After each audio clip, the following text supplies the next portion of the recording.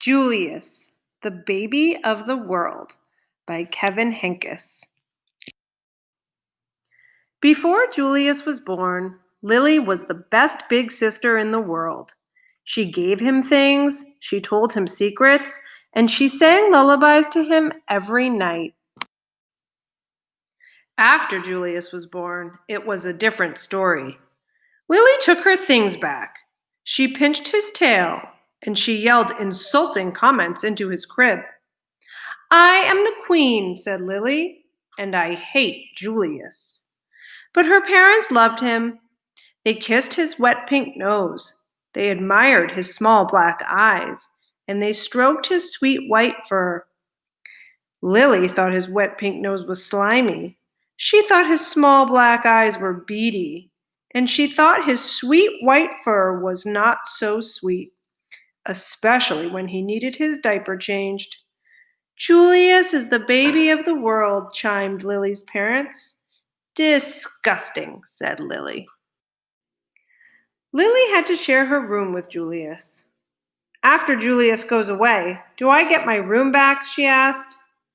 "Julius isn't going anywhere," said Lily's mother. And he didn't. He stayed and stayed and stayed. Lily was supposed to be very quiet while Julius slept.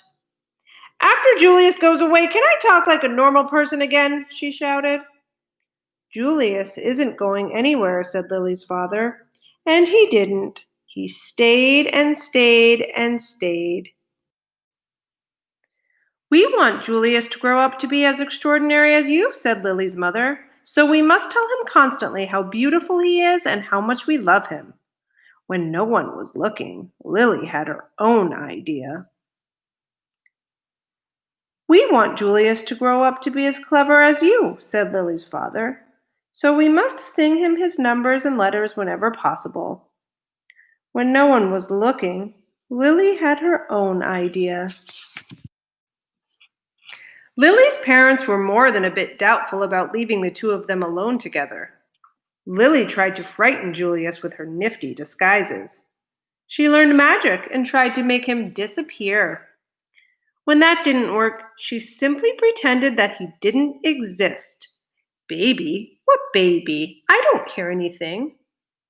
Lily spent more time than usual in the uncooperative chair.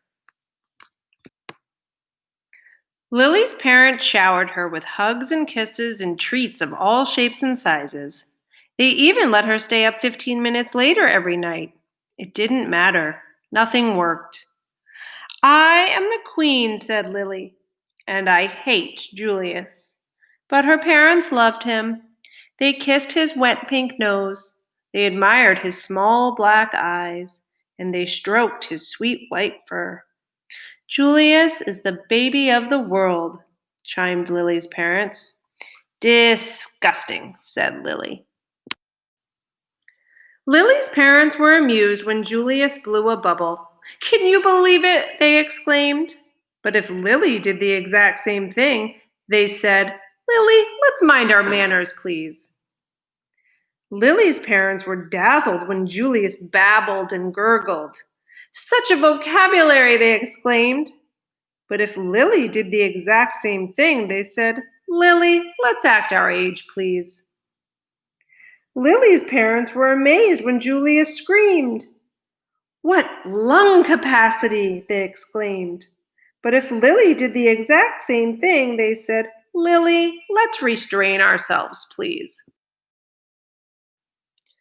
One morning, while Lily was busy playing opera, her mother said, "Why don't you put some of that verbal exuberance to good use? Why don't you tell Julius a nice story?" "He's too little to understand a story," said Lily. "He can understand it in his own way," said Lily's mother. "Okay," said Lily, smiling. "Julius, the germ of the world, by me," said Lily. "Once upon a time," said Lily, "there was a baby. His name was Julius. Julius was really a germ. Julius was like dust under your bed. If he was a number, he would be 0. If he was a food, he would be a raisin. 0 is nothing. A raisin tastes like dirt. The end, said Lily. The story earned her 10 minutes in the uncooperative chair. Lily warned her friends Chester and Wilson and Victor about babies. Trust me, they're dreadful, she said. She warned strangers about babies too. You will live to regret that bump under your dress, she said. Lily ran away 7 times in one morning. I'm really leaving this time, she called. Who knows where they'll find me? The same afternoon, Lily had a tea party and everyone came. Everyone but Julius. His invitation must have been lost in the mail, she explained. Lily had glorious dreams about Julius. And ghastly nightmares, too. Lily's parents showered her with compliments and praise and niceties of all shapes and sizes. They even let her drink her juice out of the antique china cup.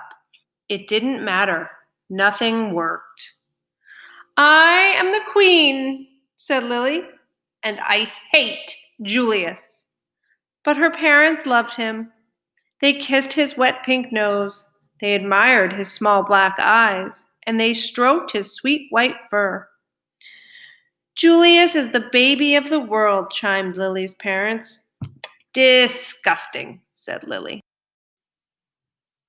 When Lily's mother felt up to it, she planned a festive celebration in honor of Julius. All the relatives came. There was quite a spread. What's the big deal, said Lily. Haven't they all seen a silly lump before? Apparently not. All afternoon the relatives hovered over Julius. They kissed his wet pink nose, they admired his small black eyes, and they stroked his sweet white fur. Disgusting, said Cousin Garland. What? Said Lily. Julius, said Cousin Garland. I think his wet pink nose is slimy. I think his small black eyes are beady. And I think his sweet white fur is not so sweet. He needs his diaper changed. Lily's nose twitched. Her eyes narrowed. Her fur stood on end, and her tail quivered. You're talking about my brother, said Lily. And for your information, his nose is shiny. His eyes are sparkly, and his fur smells like perfume. Cousin Garland was speechless. He can blow bubbles, continued Lily. He can babble and gurgle, and he can scream better than anyone.